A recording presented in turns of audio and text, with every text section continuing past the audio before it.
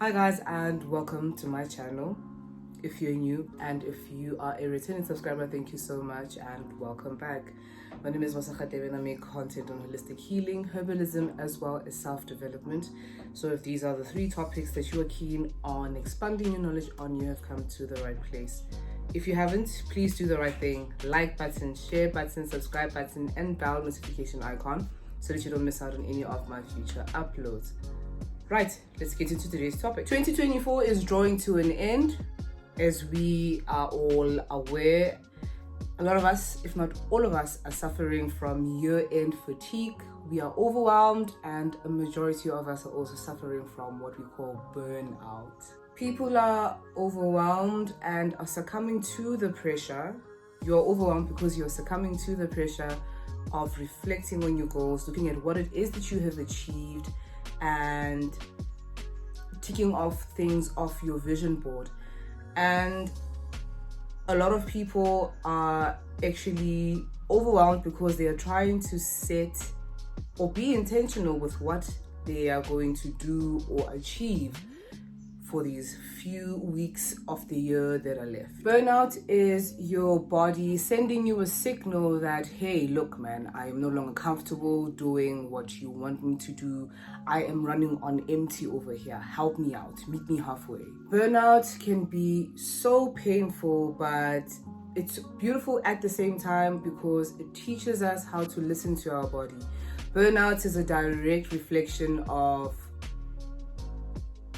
how we've been neglecting ourselves, how we've been pouring into others, pouring into our jobs, and by pouring and no longer having anything more to give, it actually forces us to slow down, look inwards, and realize that we are no longer at a balance and we don't have boundaries anymore. It's all right to put yourself first or your happiness first. We experience burnout because sometimes we're no longer doing what makes us happy, and we have tied ourselves to the things that we need to accomplish so much that our happiness and joy has taken the back seat. We are so adamant on meeting deadlines and goals that we set for ourselves, be it monthly, quarterly, or annually, that we no longer hear our bodies signaling that we need to slow down, right?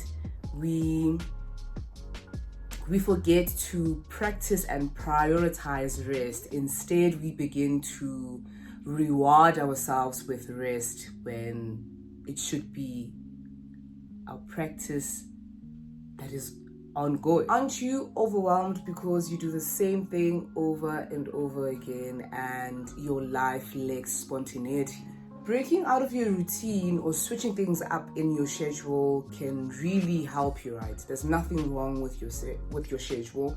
However, trying something new time and again will help you a lot. The reason why you're overwhelmed or your tasks are highly likely to overwhelm you is because you tie so much emotions to the task at hand.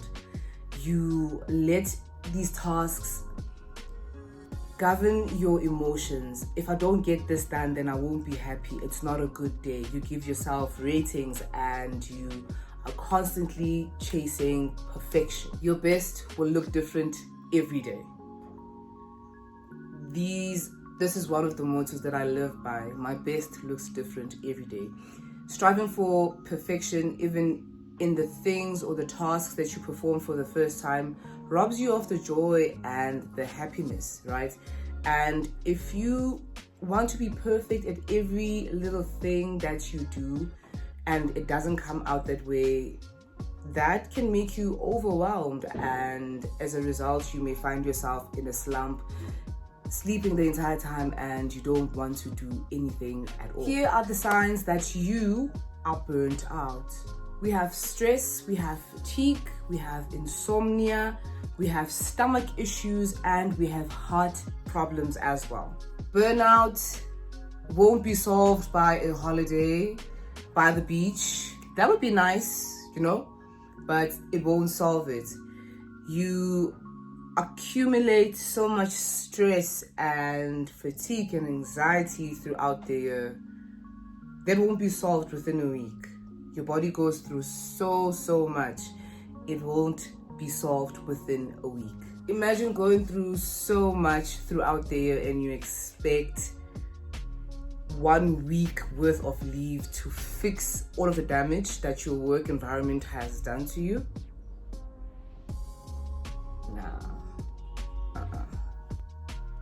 My description of burnout and someone else's description of burnout might not be the same, right? And excuse me, people fear being misunderstood, so much so that they'd rather suffer in silence when they are burned out or they are overwhelmed. You put yourself down and you call yourself a failure for not being able to complete these tasks when you are burned out, right, and you're overwhelmed. And you can't even ask for help because you're scared of how it's misinterpreted and people might call you lazy and a failure for not being able to see what you were supposed to do through. We make such poor choices when we are burnt out, from nutrition to physical activities. We are in the ghetto. It's the ghetto, right? Your food, you are eating junk food every chance you get. You could care less about nutrients at this point, right? You're reaching out for sugary snacks because your body is trying to supplement. It's trying to supplement what it's going through. Your cortisol levels are high. You don't care about exercising. You just want to sit down. And no matter how much sleep you get, you're constantly tired. No amount of sleep can save you when you're burnt out. Ways to recover from burnout. Step number 1 is you identifying your stressor. What is stressing you out? Step number 2 is to do the things that bring you joy, pouring back into the empty cup that you have. Step number 3 is to listen to your body. Take a break before your burnout becomes chronic. Just take a step back and listen to your body. Step number 4, to recover from burnout and being overwhelmed, you need to help your body release the feel-good hormone that is called oxytocin, right? Isn't this a feel nice? Releasing the hormone oxytocin is going to help reduce your cortisol levels and your stress levels. You're going to feel... Try it. In closing, my beautiful lovelies, you are the most important person in empilweni yakho. Your mental health and your overall health is dependent on you. You need to make the right choices for you. You need to pour into yourself before you can think about other people.